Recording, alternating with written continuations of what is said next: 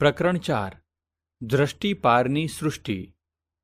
વિદ્યાર્થી મિત્રો, ડૉક્ટર જયંત વિષ્ણુ નાર્લીકર એક ભારતીય ખગોળ અને ભૌતિક વિજ્ઞાની એટલે કે અવકાશ ભૌતિકશાસ્ત્રી છે. બ્રહ્માંડ વિજ્ઞાનમાં પોતાના કામને કારણે આંતરરાષ્ટ્રીય સ્તરે ઓળખાય છે.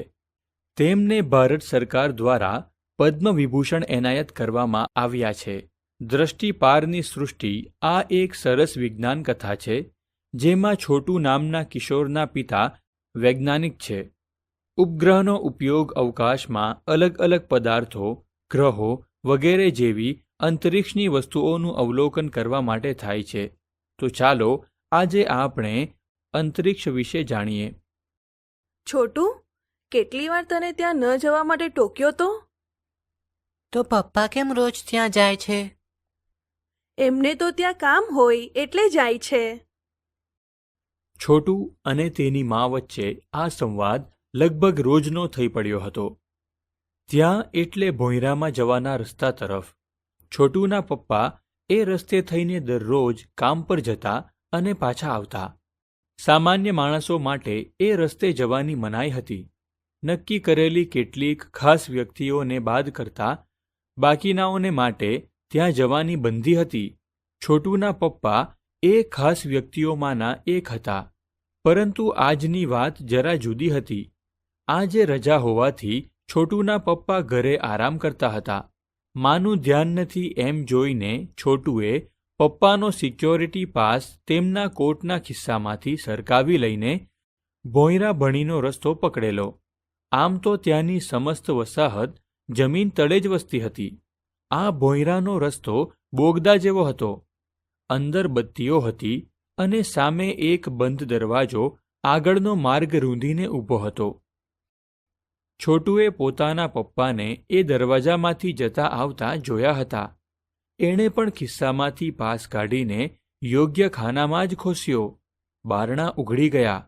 તે અંદર ગયો એટલે પેલી બાજુના ખાનામાંથી પાસ બહાર આવ્યો અને બારણા વસાઈ ગયા.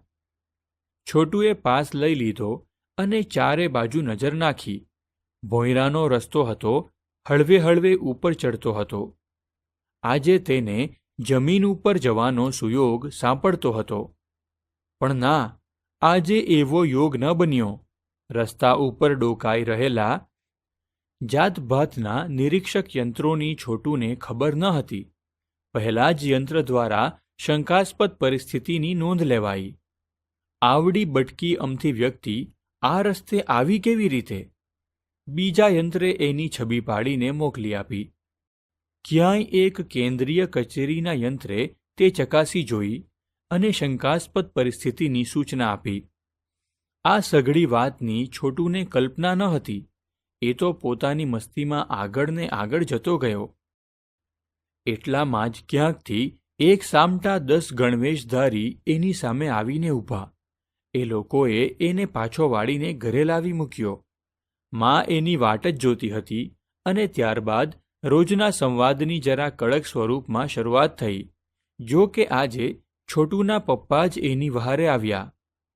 તો પછી તમે કેમ જાઓ છો?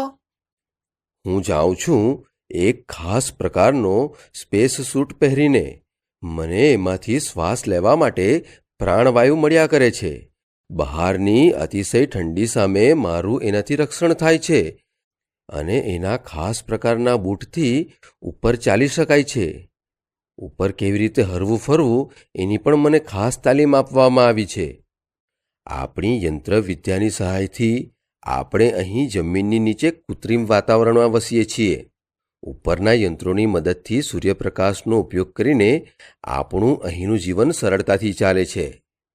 એ બધા યંત્રો વ્યવસ્થિત રાખવાનું કામ કેટલું મહત્વનું છે તેનો હવે તને ખ્યાલ આવ્યો હશે.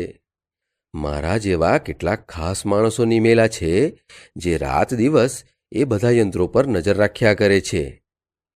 મોટા થઈને મને એવું કામ મળશે? હા, પણ એ માટે ખંતથી ભણવું પડે ને મા બાપનું કહ્યું કરવું પડે. છેલ્લું વાક્ય પપ્પાનું નહીં, માનું હતું. બીજે દિવસે છોટુના પપ્પા કામ પર ગયા ત્યારે કંટ્રોલ રૂમનું વાતાવરણ જરા વિચિત્ર હતું. કામની પાળી પૂરી કરીને જનાર ટુકડીના મોવડીએ ટીવીના પડદા તરફ આંગળી ચીંધી.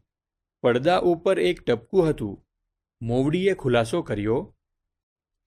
એ આકાશમાંના કોઈ તારા નથી, એની મને ખાતરી છે. કારણ કે છેલ્લા કેટલાક કલાક દરમિયાન એનું સ્થાન બદલાતું હોવાનું આપણું કોમ્પ્યુટર જણાવે છે.